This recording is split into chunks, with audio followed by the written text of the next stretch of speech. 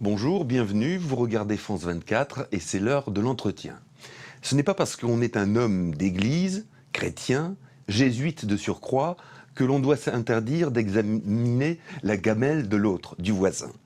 Les bouleversements qui touchent le monde arabo-musulman touchent fatalement l'invité que je vous présente, qui est le père Henri Boulade, qui est jésuite, ancien recteur du Collège des Jésuites au Caire. Et je disais que ces bouleversements vous touchent parce que, précisément, ils vous font réfléchir sur la nature du fondamentalisme musulman. Et la première question que je vais vous poser, c'est comment qualifier politiquement le fondamentalisme musulman en Égypte aujourd'hui?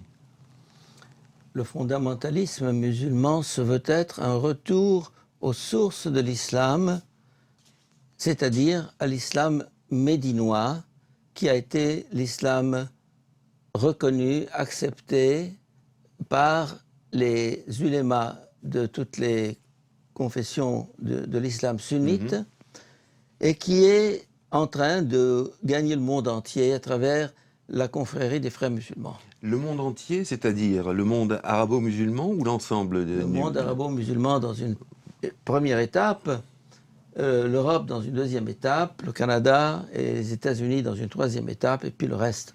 En d'autres termes, le plan des frères musulmans et des islamistes de façon plus large est une reconquête du monde ou une conquête du monde à l'islam. Cette conquête, elle passe par une régression, par quelque chose finalement de réactionnaire sur un certain nombre de principes, ou bien est-ce que c'est un islam nouveau? Non, ce n'est pas l'islam nouveau, c'est l'islam le plus pur, le plus traditionnel qui soit. Le plus pur, c'est ambigu comme terme. Le plus pur, c'est-à-dire tel que l'islam s'est défini au Xe siècle, en refusant trois principes fondamentaux, que le Coran est incréé et non créé, alors que les philosophes de l'époque, les Mu'tazilites, avaient opté pour un Coran créé. Deuxième option, que les versets médinois, qui sont des versets appelant à la guerre, à la violence et à l'intolérance, remplacent les versets mécois, qui étaient des versets mystiques et religieux et ouverts. Là, ça veut dire par exemple que les musulmans au pouvoir en Égypte sont pour la première option de ce que vous venez de dire, c'est-à-dire qu'il y a cette interprétation, on va dire, violente des effets du Coran? Fondamentalement. Mais comme en islam, il y a le principe de la taqiyya. La taqiyya, c'est cette technique ou cette stratégie de mensonge, de duplicité, pour tromper l'autre, si c'est pour le bien de l'islam. Et donc, c'est non seulement un droit, mais c'est un devoir pour tout musulman, pour atteindre son but, qui est l'islamisation du monde, de mentir, et de tromper l'autre, et ceci en toute impunité, si je puis dire. Et ça veut dire donc que pour vous, il n'y a pas d'islam qui puisse s'accommoder de la démocratie? On pense souvent à la Turquie quand on dit cela. Est-ce que c'est une vue de l'esprit? C'est une vue de l'esprit. L'islam turc est provisoirement, disons, tolérant, ouvert, mais il y a incompatibilité totale entre islam et démocratie. Incompatibilité totale entre islam et laïcité. Et les musulmans qui sont pour la démocratie et la laïcité trahissent l'islam tel que le proclament les fondamentalistes. Mais en même temps, ils restent musulmans profondément. Ils restent musulmans, mais c'est pas l'islam orthodoxe. C'est un islam à la sauce moderne. C'est peut-être le seul compatible avec la modernité, mais c'est là que l'islam est dans l'impasse. J'avais comme titre de conférence l'année dernière, l'islam peut-il se réformer sans se dénaturer? L'islam peut-il se moderniser sans se dénaturer? Je mets ça sous forme de question, mais pour moi la réponse est il ne peut pas demeurer islam sans se dénaturer. Donc ce que vous dites, c'est que finalement l'islam originellement a dans ses entrailles le fondamentalisme que l'on connaît aujourd'hui. Absolument. Et qu'il n'y a pas d'exception. Il y a des exceptions, mais qui sont des dérives par rapport à l'islam qui s'est toujours voulu ce que je viens de dire. Le combat s'est joué au Xe siècle à peu près, n'est-ce pas? Donc je vous disais, Coran incréé, donc intouchable. Deuxièmement, versets médinois remplace, abroge les Mécois. Et troisième option, interdit de réfléchir après le Xe siècle. C'est ce qu'on appelle la fermeture de la porte de l'ijtihad. Et tous les musulmans intellectuels qui ont tenté une réforme de l'islam sont faits ou assassinés, ou mis à l'écart, ou condamnés. Donc nous avons un grand nombre de cas.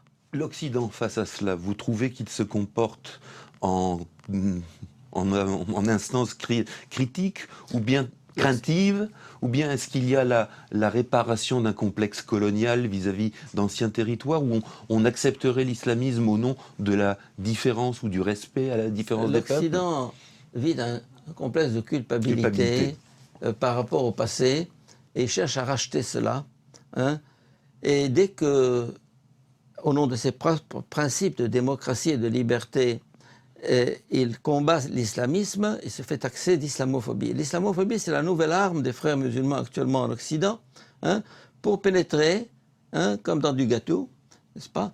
Et à mon avis, l'Occident est d'une naïveté monumentale par rapport à ce qui se passe actuellement, cette infiltration progressive de l'islam en Occident, qui est un plan clair comme le jour et que beaucoup ne veulent pas voir, pour ne pas se faire traiter.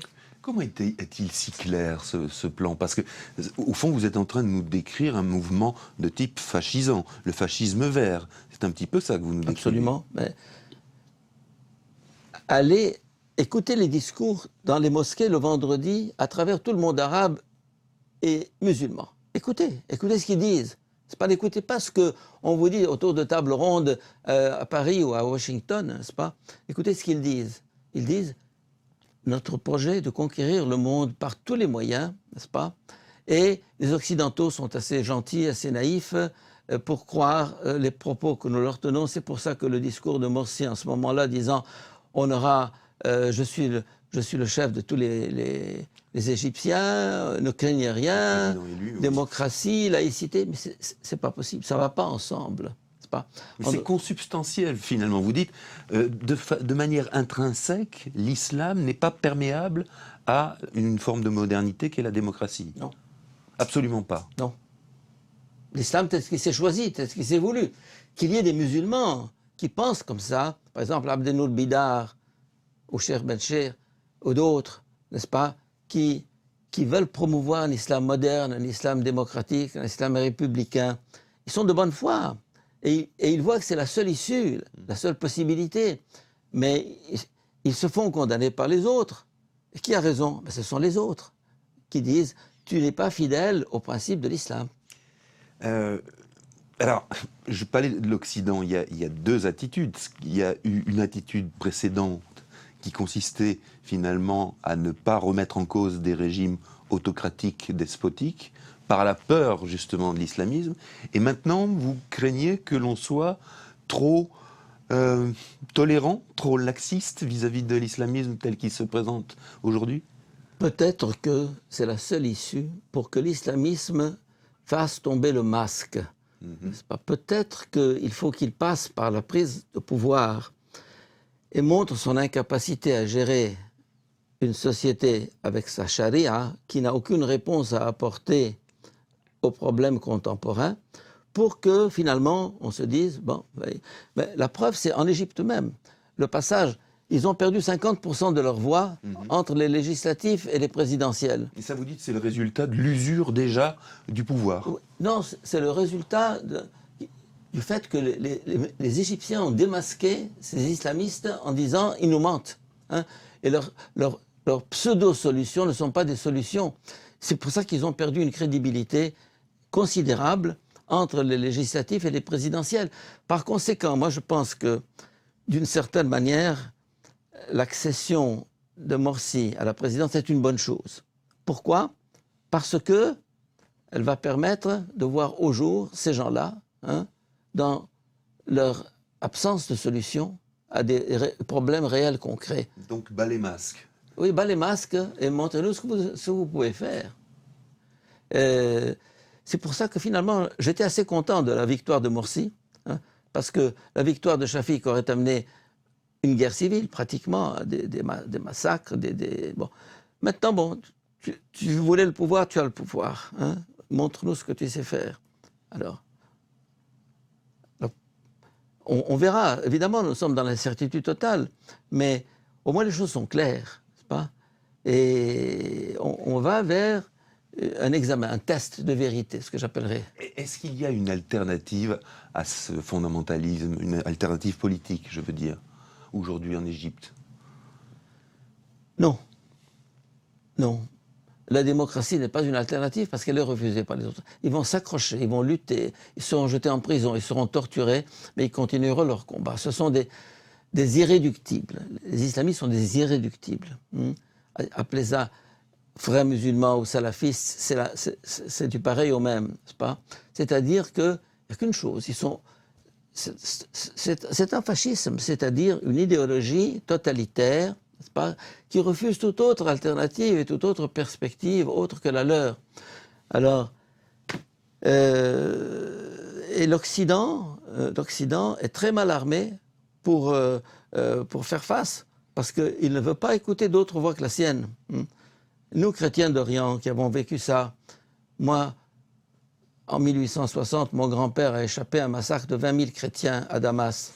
Bon, nous avons ça dans notre chair. J'ai rencontré encore ces derniers jours deux Arméniens qui ont échappé au génocide. Celui qui a vécu une réalité peut en parler en connaissance de cause. En Occident, on met ça dans des catégories abstraites et dans un politiquement correct qui est en train de vous tuer. Merci beaucoup Henri Boulade d'avoir été avec nous aujourd'hui. Vous êtes sur France 24 dans les 3 langues, français, anglais, arabe. Merci de votre attention.